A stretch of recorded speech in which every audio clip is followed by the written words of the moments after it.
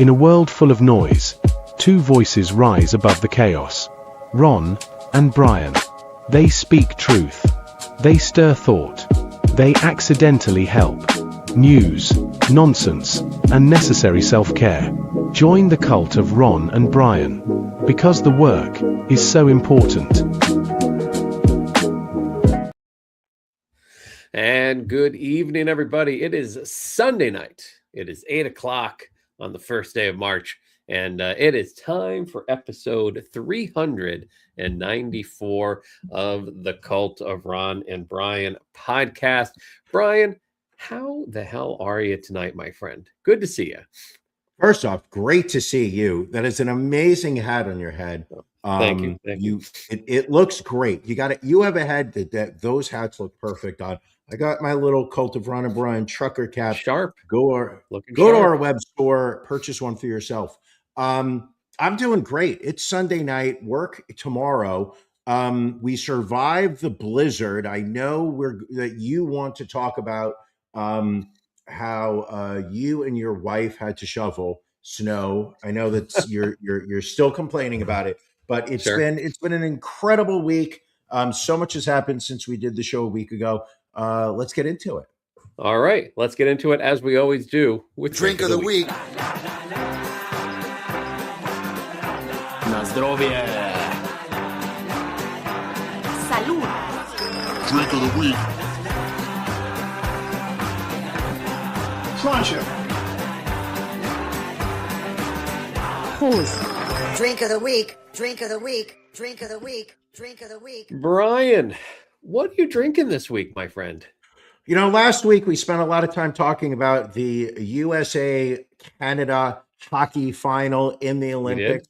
There were a lot of stories about the Canadians drinking their beer at bars during the game. They were very proud. And I sat there, I was like, you know what? I want to sample some of this Canadian beer. I want to see what is so great about Canadian beer. I went out there and obtained Molson Canadian Lager. That's right. This is the best. This takes me back 30 years to Albany. Has it been 30 years? It's 30 years ago. This is a Canadian lager, people. Look at that color. See-through. You can literally make out my nose. This is a crisp, clean, refreshing Canadian lager that pairs well with a wide variety of fruits made from Canadian water, prairie barley, and hops, resulting in a smooth, medium-bodied beer with notes of citrus, malt, grain that complement both rich and light meals. Canadian lager, Molson Canadian Lager comes in at a 5.0 ABV. Shockingly, Beer Advocate gives it a score of only 66. Really? Which, I mean, you haven't hit a 66 beer in probably 7 years, Ron. But this is Molson Canadian. Let's hold the bottle up one more time for those people watching the video. This is Molson Canadian. Listen, I remember back in the day, Molson Ice, Molson Bold. There was a lot of Molson going on back in the college days. How is it? Is this like you remember? This one's a little skunky. I believe it sat out in the sun for too long. This is skunky. But I will say this, slammable. You can literally finish a bottle of this in about 3 sips, maybe 2, depending on how manly you are. Here in West New York, we're manly, so we're gonna hammer this out pretty quickly. And I also have a shot of also Canadian. I'm going with what is this? Crown Royal Canadian whiskey. I was gonna say. Also have a shot of this. Yeah. I just blanked out of nowhere, so I apologize to you. Around 4 minutes into the show, and I am already flubbing. Not a good start. Ron, what are you drinking this week? So this week, a collaboration, a U.S.-German collaboration. This is from Devil's Backbone Brewing in Lexington, Virginia.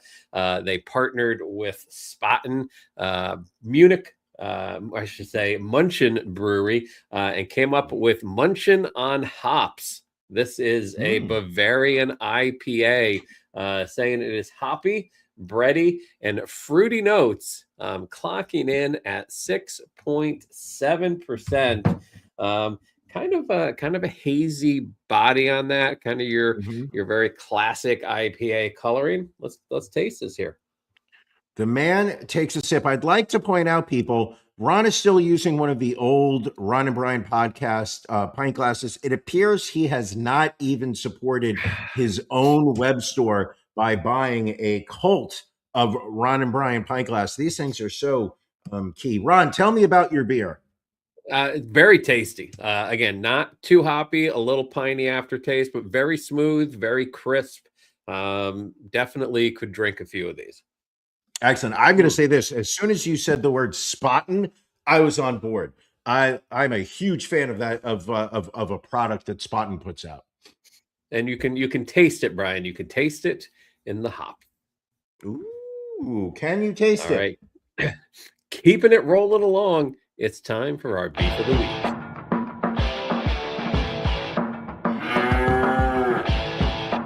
Ron and Brian's beef of the week.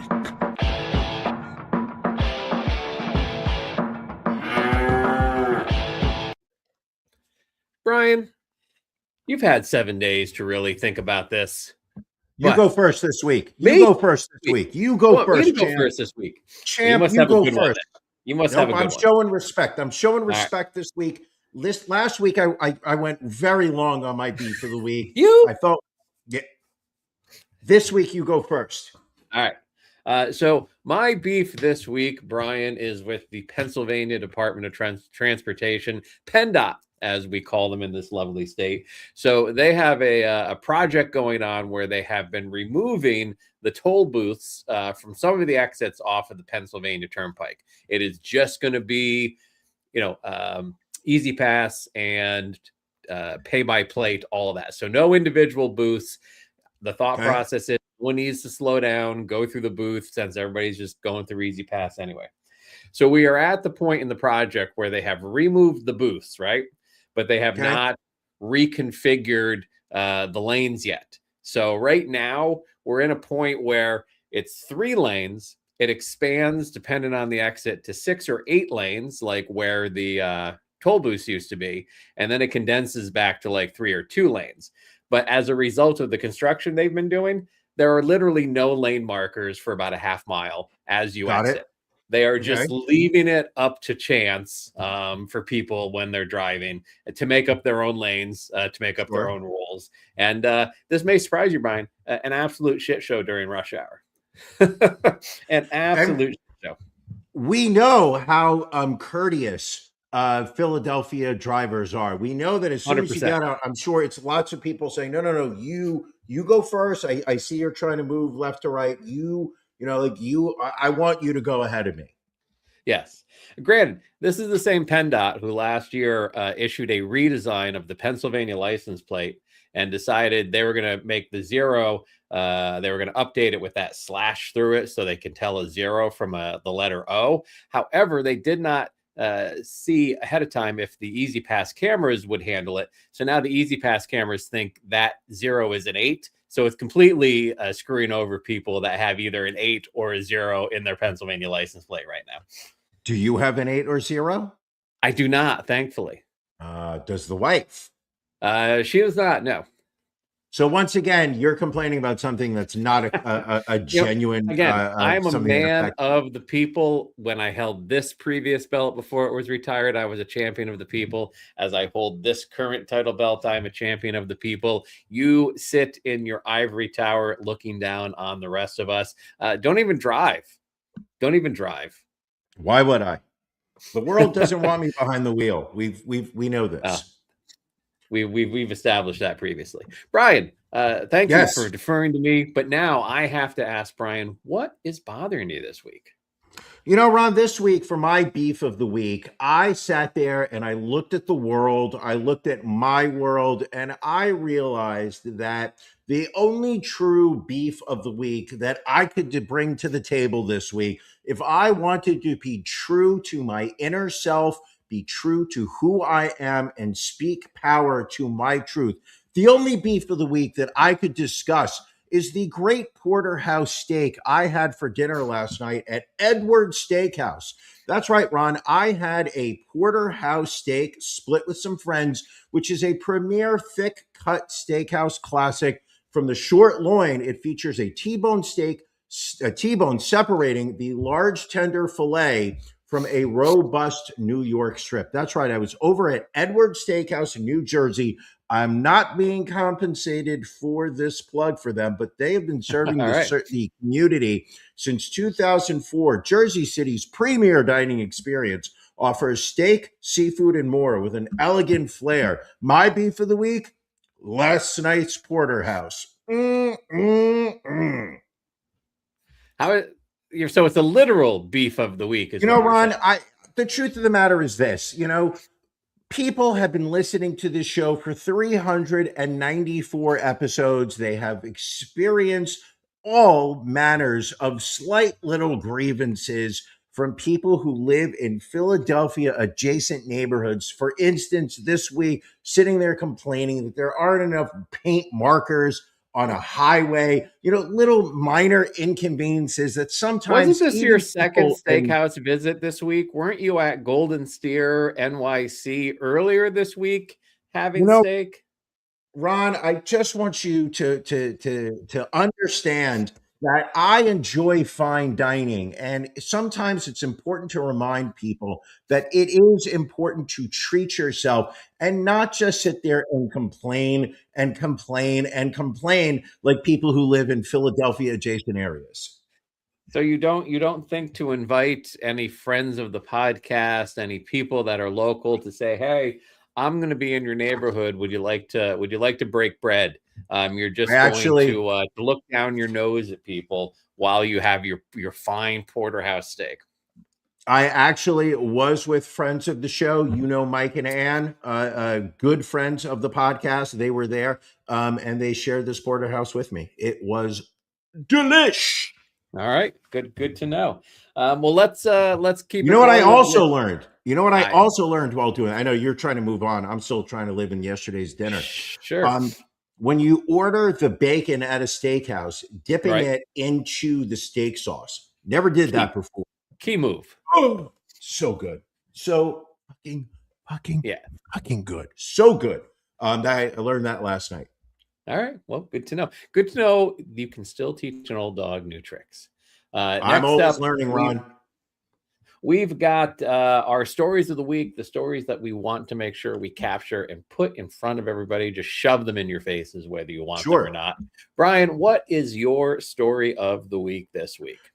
Listen, my story of the week here takes us out to Texas inside one of their fast food locations. This is a Whattaburger in, I believe this was in Paris, Texas, not Paris, France, Paris, Texas, which is about 100 miles northeast of Dallas.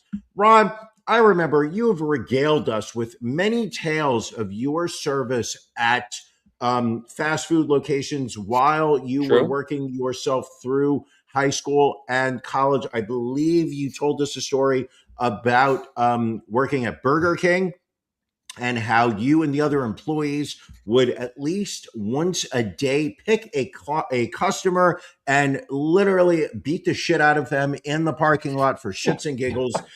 You said it was something that you guys did in upstate New York. It was just a tradition. Just nothing else to do.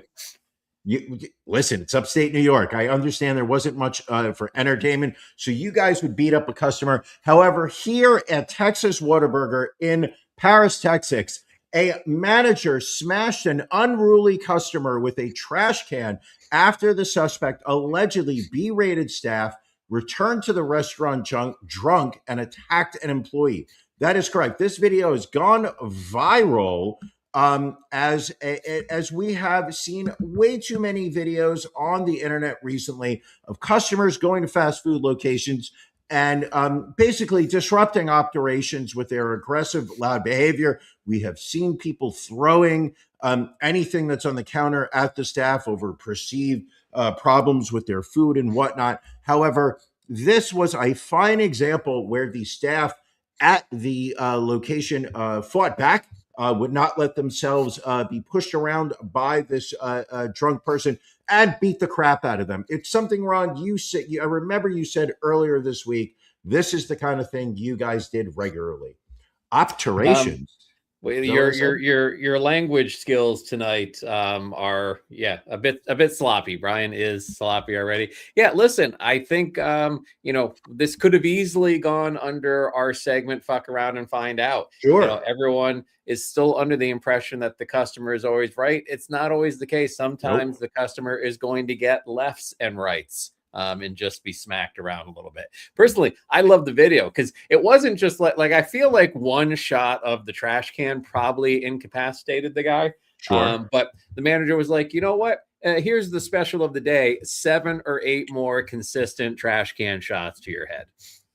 Listen, I have said, and I believe you're on board with this, is that the justice system does not support the average American anymore. Too often, people in the criminal element think that they can get away with terrible illegal behavior, that they can commit crimes, that the justice system will not hold them accountable. We need people. I'm saying we do need vigilante justice. You cannot go into a store and just jump behind the counter and attack the staff there and think this is okay. This is something that is the type of thing that we will get away with. No, we need to live in fear. We need the criminals to live in fear on their criminal behavior. More fast food places need to take the example of Waffle House. There is not a single Waffle House employee who is not ready to throw down at the drop of a hat. I feel other fast food locations really need to follow up in that path as well. Ron, I do know that there are certain nights where I go to bed early, you stay up late. The joy I have in waking up in the morning, going downstairs, brushing my teeth, pouring myself a cup of coffee, sitting down, taking out my cell phone, and I see that I see messages from the night before that say Ron forwarded you a video on TikTok, and I'm like, all right, let's see what he forwarded me. And right off the bat, I see the Waffle House employee all dressed in blue with like a garbage can, just a chair, something. I'm like, you know what? This is going to make my morning. It immediately puts a smile on my face. Waffle House Smackdowns, epic. Absolutely epic. Love it. Gotta love it. Brian, my story this week, and everyone always kind of makes the joke from our generation that when we were kids, we got the impression that quicksand was going to be a bigger problem than it actually ever was. Sure. It was always on TV shows, Knight Rider, Fantasy Island, Love Boat, Three's Company, Starsky and Hutch, all had quicksand-based storylines at one point or another. Debbie Does Dallas also had a quicksand storyline. Finally, Brian, we have a real-life quicksand situation. This is a Florida man who went missing on Valentine's Day. He was rescued after being stuck in quicksand for multiple days. The gentleman's name was Andrew Giddens. He's a 36-year-old from Jacksonville. He was stuck to his shoulders in mud, finally rescued this past Thursday after going missing the Saturday before. Here is a still of the video of them trying to get him out of the quicksand. His friends and family had raised an alarm with authorities after he became depressed following a recent relationship breakup. But surprisingly, he was found on a construction site, and surprisingly was alive after multiple days without food and water and being stuck in freezing temperatures. Does the article say how deep he was stuck in this quicksand? Like, was it neck deep? It was to his shoulders, so it was basically like almost to the point where he would have potentially drowned. Ron, let me ask you a question. You're walking a construction site. I know you like to do that in your spare time. Just, go find construction sites on the weekends, walking around. You like to go see what goes on. What does it look like? You're walking a construction site and you happen to see somebody is buried up to their shoulders in quicksand. Would you have, on a scale of 1 to 10, what level of urge would you have to walk up to them, take out your penis and start urinating on them? Like, is it a 10? Like, is this like a must do? I It's need not to a urinate it's on not this a man. must do. I think, I think obviously first contact 911, Of get course, of help. course. Then go on Instagram Live for the podcast, talk up how I've rescued this man, how I am a Sure. champion, not just for the podcast, but for rescuing people. I think that's more of the route. It just seems like, great reference, flashback to Very Creepshow. good reference. Awesome Ted reference. Danson. Ted Danson, right? Leslie Nielsen. Ooh, yes, great. That is such a great ride. Creepshow. I think they made a couple of them, but They the did, first but none movie were was as good as the so first one. good. Yeah. Do you know how jarring and just mentally scarring the one with the guy who's living in the hermetically sealed apartment? Edward with, G. Robinson. roaches. Yeah. Oh, All the roaches fucking come hell. pouring out of his mouth. Even the one Sir, with that Stephen King acted in with the meteor, and it turns him into like a plant life, and he ends up shooting his own head off. Oh, so good. Such a good reference there. So at no point, Ron, just to wrap up this story. yeah. Sorry. At no Let's swing point, back on this. where on those chain of activity are you going to urinate on this man? I feel like that would be unnecessary. So you wouldn't whatsoever just urinate on him at no point. It wouldn't be the first thing that came to mind. It's a little concerning that it's one of the first things to come to your mind, but you're wired differently. You're built differently. That's you got that dog in you, and that dog would probably pee on a man. I feel like you could. This is one of those situations where you could urinate on somebody and completely get away with it. Like you could just urinate on them and walk away. And I don't feel like there's going to be any repercussions for it. I think this is just like a gimme. This is a gimme urination. A gimme urination. All right. Yeah. Well, I mean, isn't that what we all look for in life? Listen, if I'm ever caught in quicksand, all I know is then I don't want you to be the first person to find me. You want me to be the second. The first person is going to go call the police. I will make sure that you are wet when they pick you up, because when you're dry, if you're closed and your skin is dry when they try to pick you up, they're not going to. But if you're wet, they can get a good handle. You're gonna locate me the only way you know how. Absolutely. Nature's calling, Ron, and it's ending up on you. What else do we have? I feel like we have so many stories to get to. We're already 22 minutes into this episode. Obviously, the biggest story, waking up yesterday to find out that the United States had started attacking Iran, partnering up with Israel, firing a number of missiles. Apparently, and this is the confusing part, we apparently took out their nuclear capabilities. However, obliterated it. However, Trump said in June of last year we had taken out their nuclear capabilities. Sure. So I guess the question is, was he confused then? Is he confused now?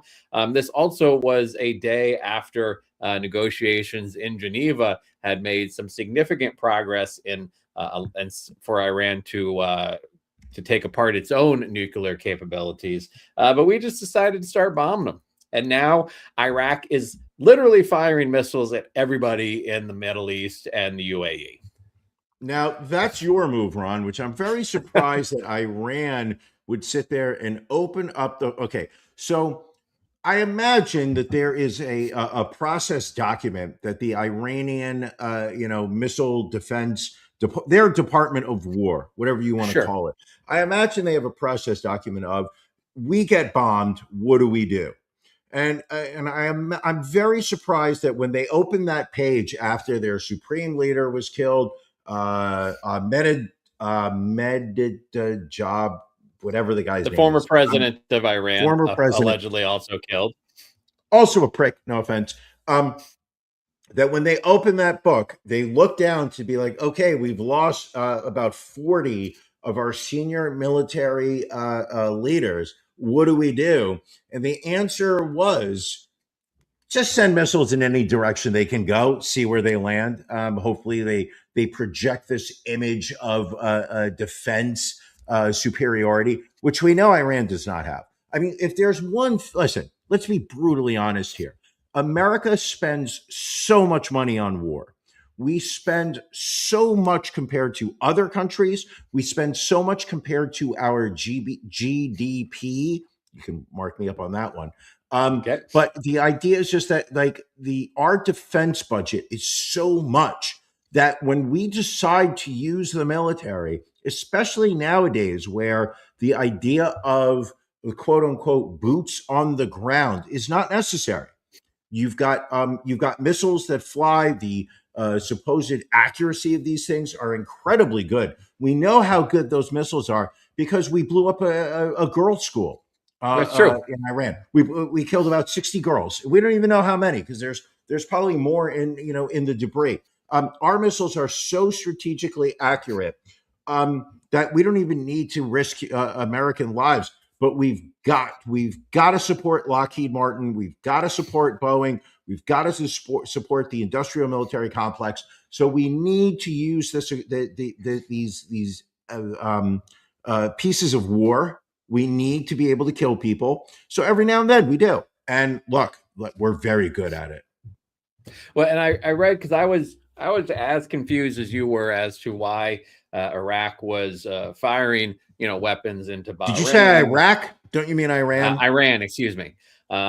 We're firing missiles into Bahrain, Qatar, and Dubai. Mhm. So what one person is assuming is, there is so much money tied up in those three countries with tourism and travel and everything else that the thought process is Iran is firing on like Dubai's airport, for example, because it's such a hub for flights over there, that it's going to become such a financial burden for the Middle East and the UAE that they will put pressure on the United States to leave Iran alone because of the, it's almost like the financial blockades we put on like Cuba and Russia. Iran is in essence going to be costing the Middle East and UAE billions of dollars a day in canceled flights, in stopped oil shipments, things of that nature. Sure. Well, we know they're going to act out in the Strait of Hormuz.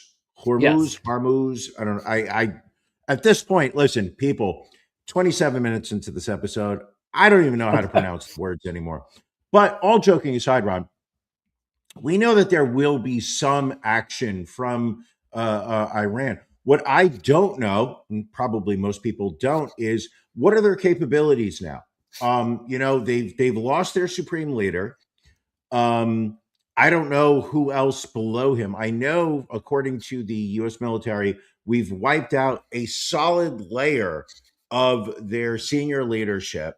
So who is left? Who's running the country? We don't know. Nobody has stepped forward to say, hey, I'm in charge now. We don't know what kind of government is going to take place. I mean, what seems foolish is this American idea that we're going to blow up the supreme leader of Iran and suddenly they're going to pop their head up and be like, oh, you know what we're going to do? We're going to bring in democracy. We're going to have elections next week. We're going to bring back the Shah or whoever, his grandson is, and that person's going to take charge, and it's going to be a friendly government to the West, and we're just going to move forward. We don't know who's running the country. We saw in both Afghanistan and Iraq, how efficient it was to remove the government and just slap democracy in there, and it just fixed everything.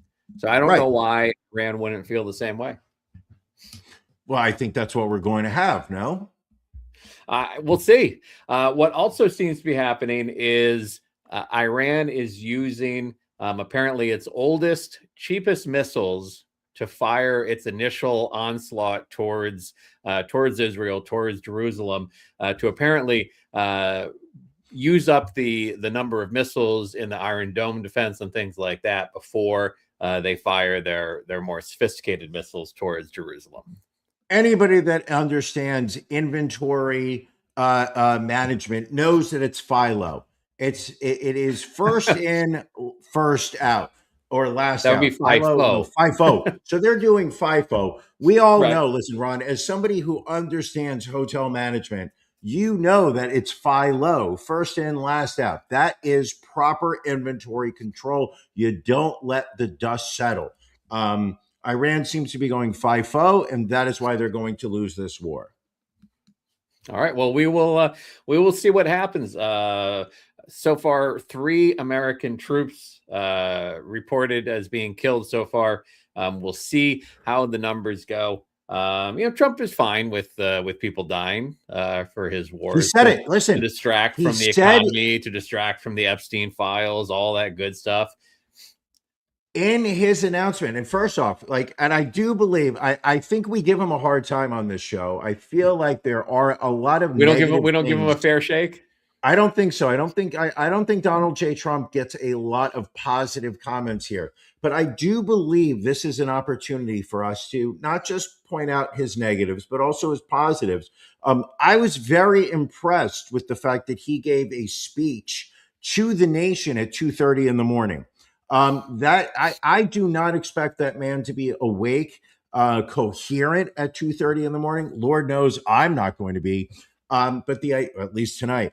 But the idea that he got up there and God bless the man. I watching him. But the baseball cap.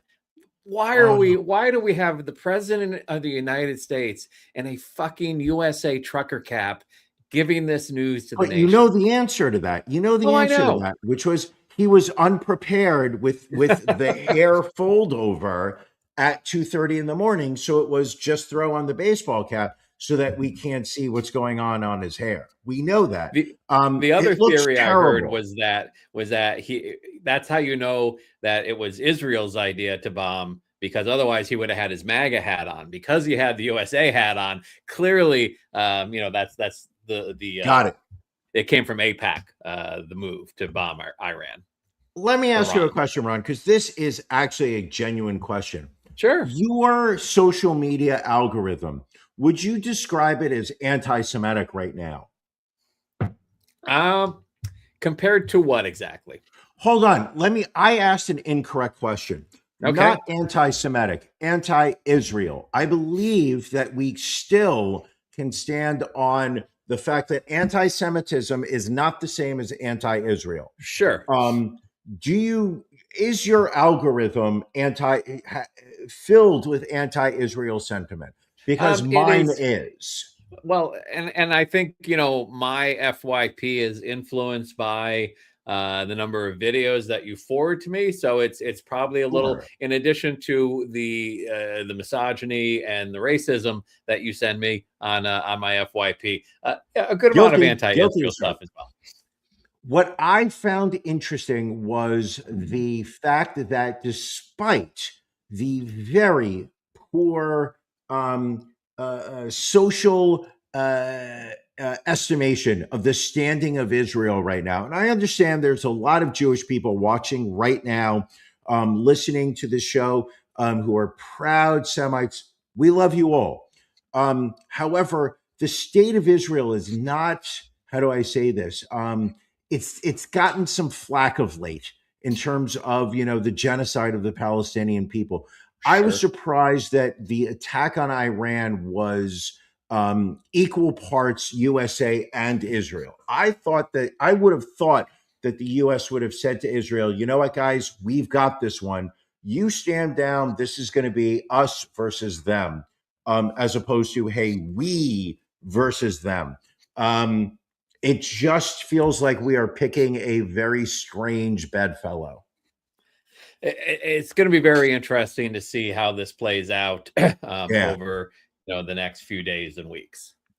Now, interesting enough, Ron, I did send the coordinates of your home to the Iranian, because there are reports coming out of our military that say that one of the reasons why they drew the line and decided to attack Iran was the fact that they were developing missile technology that would be able to launch a missile from Iran into the continental US. I sent missile coordinates of your home in the hopes that somehow Iran would be able to show the world just their level of strength. I don't believe they've done it. Okay. A little disappointed. Listen, if I drop off during this podcast, you'll know that they've succeeded. I will say this, Ron. If something happens to your house in Philadelphia adjacent, I want you to know something. I will be on the next Amtrak train down to Philadelphia. I will travel to Philadelphia adjacent land, and I will go through the debris of your of the bomb crater in your Sure. home. I will get The rubble. I will find the location of those two title belts, and This title belt right here, I this will one, the I one will you can't seem to win.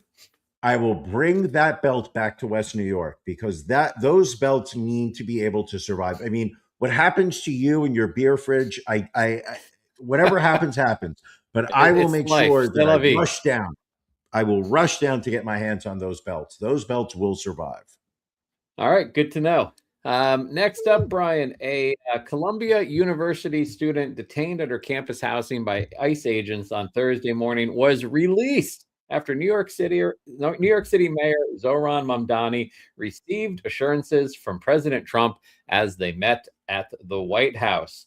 Mamdani wrote on X late Thursday afternoon, just got off the phone with President Trump and our meeting earlier. I shared my concerns about Columbia student Elena Akavia, who was detained by ICE this morning. He just informed me she will be released immediately.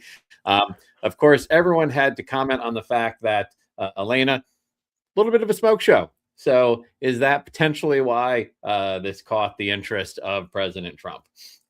I'm not saying, listen, we've always joked, and I know, Ron, you have multiple shirts that say, 1010, thick Latinas, will not be deported. I know that's your thing. You had a tattoo on your lower back. ICE, hands off all thick Latinas. Ron, this is a woman who allegedly had not attended classes while here on a student visa. ICE was after her under the guise of the fact that her visa under the Obama administration, I believe, Apparently, or could be yes. Biden, had been rescinded, yet she stayed in the country. I will also say that Ron, you actually sent me a link. You said you were searching feverishly for her OnlyFans and could not find the page. I don't believe I said that. What I do find interesting, and this was the reason why, not just the fact that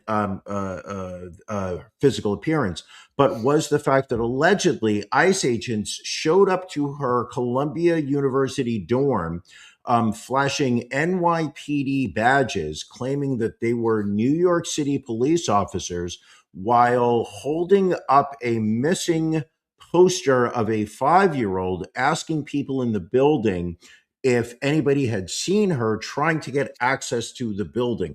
So the reason for her release was not just the fact that she was going to be detained improperly, but it was the fact that ICE agents don't, or at least this crew, did not understand what is considered illegal behavior by law enforcement in America. Yeah, I mean, no warrant, no jurisprudence, if you will. Brian, I know you're a fan of the jurisprudence. No, but there's some jurisprudence involved because as soon as Mamdani showed a photo of her to Donald Trump, he picked up the phone, called ICE, and said, "Let her go. She's one of the ones that we want to keep." The part I don't get is apparently her student visa was revoked back in 2016. So this is 10 years. Like, Sure. I'm certainly not defending ICE in any way, shape, or form, but why can't our government just enforce the laws that they have in place in situations like this? Like, to just let someone coast for like 10 years is ridiculous. Well, I mean, I'll tell you why they allowed it. this picture right here. All right. Yeah, I think that's your case right there. So I did see, speaking of ICE, I did see a tweet from, and I forget, it was someone from the House of Representatives, how they said they're going to be introducing a bill that, because Donald Trump has talked about how good ICE is, how professional they are, all of that, that his bill is going to recommend that we immediately send all ICE agents over to Iran to assist in fighting the war if they are that good. Not wrong. Not wrong. Why don't we? Absolutely love it. Why don't we? Unless there's some type of physical needs or competency training that our military needs in Iran that we don't apply towards ICE. These guys are competent, right? You would think. I mean, it seems Oh. like they're the best and the brightest. They're the best this country has to offer. They also potentially could have been involved in the death of a blind migrant. Brian, you've been following this story. You are, again, a friend of the blind. You are a friend of the deaf. You help out people whenever possible. I always see you helping blind people crossing the street in New York City as you go to work. What happened in this situation? Okay, so here is a story. You have a photo of, can you please put up a photo of, and I mean, I'm going to pronounce this guy's name, and now I realize why you handed the story off to me. Rod, you love nothing more than a soundbite of me struggling through a name. Here we have a photo of Nurul Amin Shah Alam. That is what? How'd I do? I said that was pretty good. He is a nearly blind refugee who was found dead in Buffalo, New York, after Border Patrol agents abandoned him miles away from his home. Nurul Amin Shah Alam, his body was discovered Tuesday night, and his death is currently under investigation by the Erie County Police Department. The medical examiner determined that his death was health-related in nature, not due to exposure or homicide, if you can believe the Buffalo City medical examiner. Shah Alam is a 46-year-old Rohingya refugee from Burma whose attorney noted that he did not speak English, but is survived by his wife and 2 sons. What on earth was he doing in Buffalo? We do not know, but we're not blaming the victim here. Buffalo police arrested him last year after he ended up on a woman's porch during a walk and allegedly did not drop a curtain rod that he was using as a walking stick. 2 police officers experienced minor injuries while trying to arrest him. His sons claimed that the arrest stemmed from a misunderstanding. He didn't understand the commands to drop the walking stick. However, he posted bail, was released from his detention by Border Patrol on February 19th. However, he was found dead miles away from his home after having been released. We all know what the weather has been in the Northeast during the last few weeks, and rightfully so. This man froze to death. I mean, Buffalo police do have a bit of a history of injuring people, killing people. So, I mean, I suppose we shouldn't be too surprised to see this from up there. Just sad. And this is now, I believe, the 4th death that we can attribute towards ICE. I think it's like 9 or 10 at this point. Who's keeping track? Certainly not the federal government. Who's keeping score? Or Congress. Speaking of which, Brian, last year, March of 2025, Texas driver Ruben Ray Martinez was fatally shot by Department of Homeland and ICE security. They allege that he intentionally ran over a Homeland Security Investigation special agent. However, the passenger in his car, a Joshua Orta, gave a lengthy statement to lawyers disputing the government's versions of these events. Brian, you want to know what happened to Joshua Orta? He happened what happened to Joshua? He died in a fiery car crash in San Antonio this past Saturday. Interesting. I'm sure it's just a true coincidence. Listen, these things happen, Brian. It's a big planet, 8 billion people. Sometimes you're going to have these coincidences that happen. Sure. I'm sure that this is not a case of ICE killing a witness in an ICE killing. No, would never happen. Never. It's tough not to go down these conspiracy theory rabbit holes when it just really seems like there might be something there. Would you really call it a conspiracy rabbit hole when, like you said, there's truth right off the bat? I mean, I don't I think mean, this is one of those like maybe the government killed this guy. We know the government killed this guy. The government admits they killed this guy. It's just no, the government did not. The government killed the first guy. They haven't said anything about the witness, though. Do they need to? I think we can connect the dots here. We can. That's what we do here. One last story about ICE that we can talk about, and I'll take this name, Brian. So this is Abdelatif Hafraoui. He is from Bayonne, New Jersey. He and his wife Sandra, proud New Jersey Trump voters. But however, since August, he was picked up and put into ICE detention. He is home, but he is wearing a black ankle monitor. He spent 108 days detained until he was released just before Thanksgiving. He is still pending deportation. And these folks who voted for Trump, they're shocked. They're like, we didn't think we'd have to worry about it. We thought he'd focus on criminals. Well, yeah, this is, I mean, certainly I would, right off the bat, I would be suspicious of any New Jersey resident that is going to wear a New York sweatshirt. I mean, you got to know the state you live in. Where are you repping? You cannot live in New Jersey and rep New York. Right off the bat, the contradiction there, glaring in our face. What makes this even tastier, Brian, is they were at Newark Airport. They were getting ready to go on a 2-week vacation to Fort Myers, Florida. He was handcuffed and taken away, and she was left in the airport with all of their bags and had to cancel their entire vacation. That's a shame. Aww. What a shame. I mean, it's almost like they voted against their best interests. You think? And but again, he's been, how long has he been? 9 years. He's been waiting for asylum hearings. Just crazy. I mean, again, the immigration system in this country is so fucked up, but we're going to blame the government's going to blame the immigrants and not the themselves, or make things more effective. Listen, we've said for the past year, is the literal irony of the fact that we've got ICE agents who are going after people who are literally following governmental policy and procedures to legally live in this country.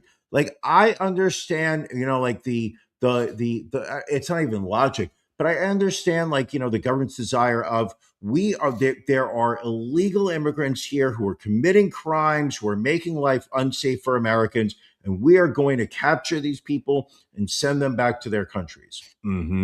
However, here we have an instance of somebody, I mean, I have no concept of whether he belongs here or not, but who is literally sitting there being like, I've applied for asylum, I'm living here. I'm asking for the government to accept the fact that, I am not safe if I were to return to my home country.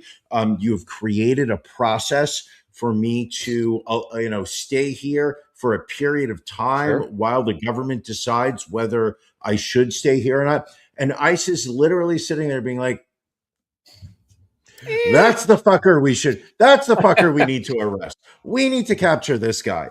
I mean, I think I saw some sort of statistic that only 3% of the individuals that ICE have been detaining and deporting have criminal records. Yeah, I believe it. I absolutely believe it. And there's not a goddamn thing we can do about it.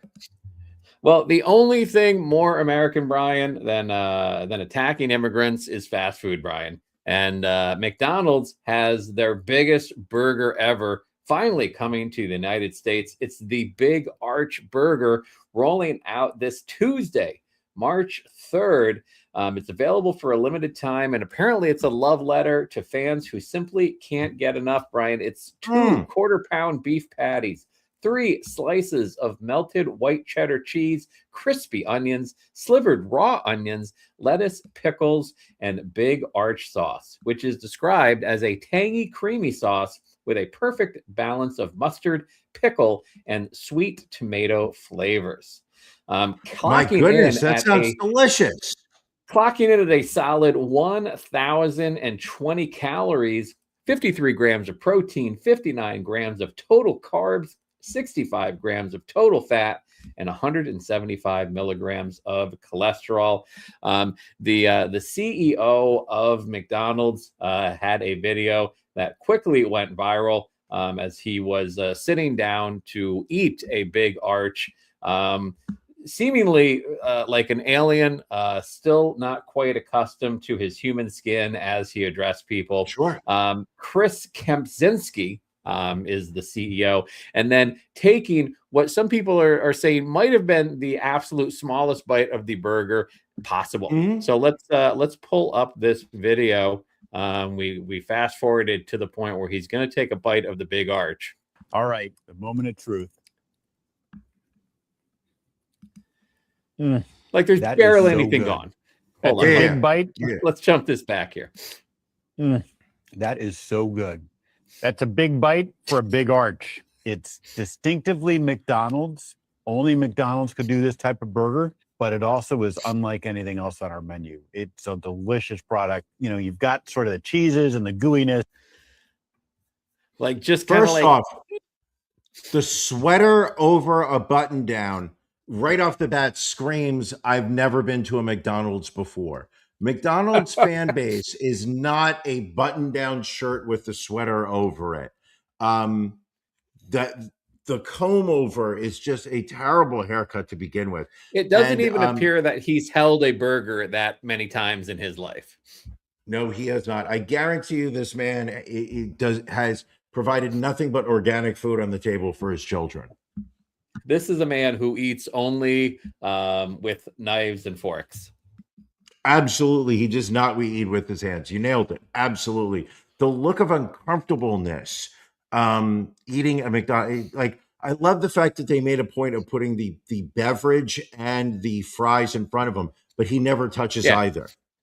And the fries facing the camera.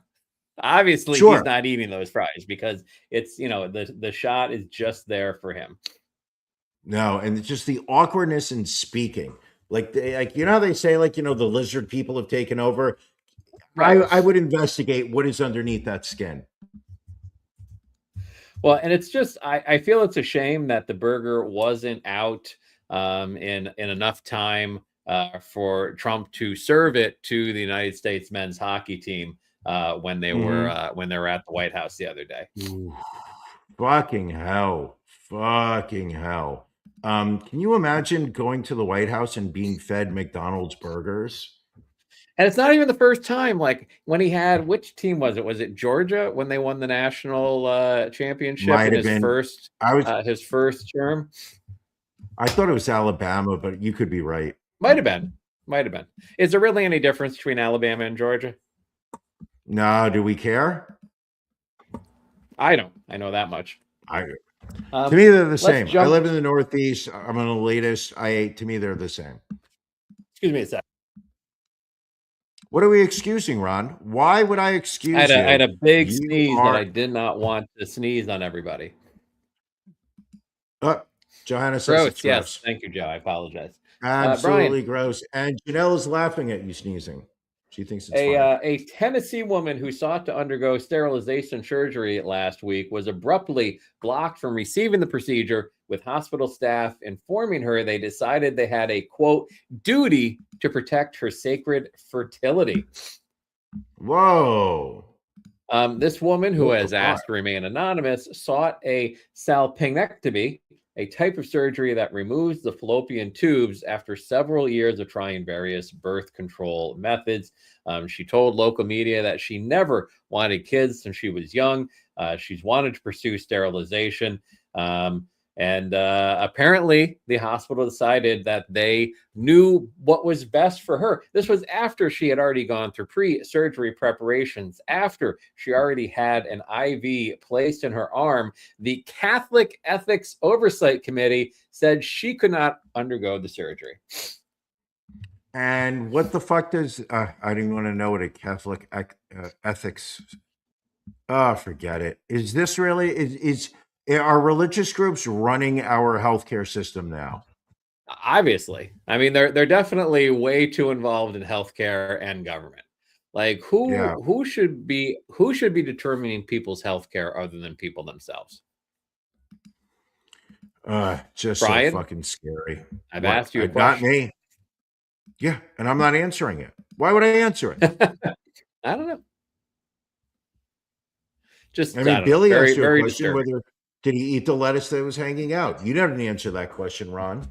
Listen, I think it was very obvious. He took as little a bite of that burger as possible. And yet, next do we up- have any idea what his annual salary is? It's probably like $40 million a year. It's got to be ridiculous. The salary, probably not ridiculous, but all of the bonuses and perks and stock options and everything else, probably a pretty sweet deal. Enough that he doesn't need to eat McDonald's ever. Exactly. Fuck him. Fuck him. Next up, we're going to Henderson, Kentucky, where a Kentucky man was arrested after he allegedly engaged in sexual activity with a deceased animal. This was brought to us by a friend of the podcast, Janelle. She passed this story along to us. This is the mugshot of Alan Osborne, clocking in at 5'4", little guy. He was taken into custody. He was taken into custody after, again, he allegedly engaged in sexual relations with a dead deer.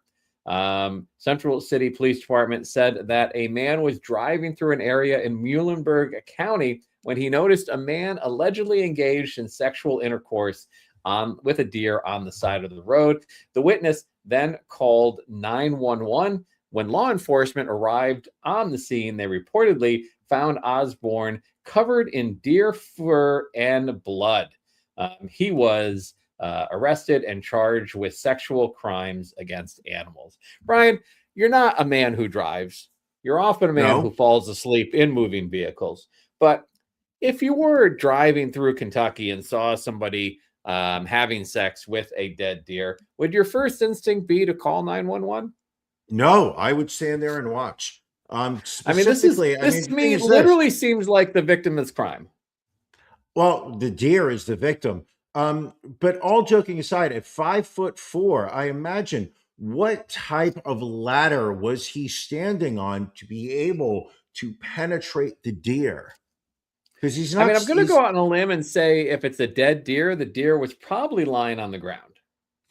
Oh, so you think that this was he was just like laying on the side, deer leg up in the air, and he was penetrating at that angle? I'm thinking maybe he rolled the deer on its back, maybe a little missionary is my guess. Ron, if you were to have sex with a deer, what would be your preferred position? Like, are you behind it, holding onto its hips? Like, what would be the position you would go for? I mean, I guess the question is this a deer? Is this a doe? Do I have like a rack of horns that I can hang on to? Oh, how are you holding on to it? Good question. These are all valid questions.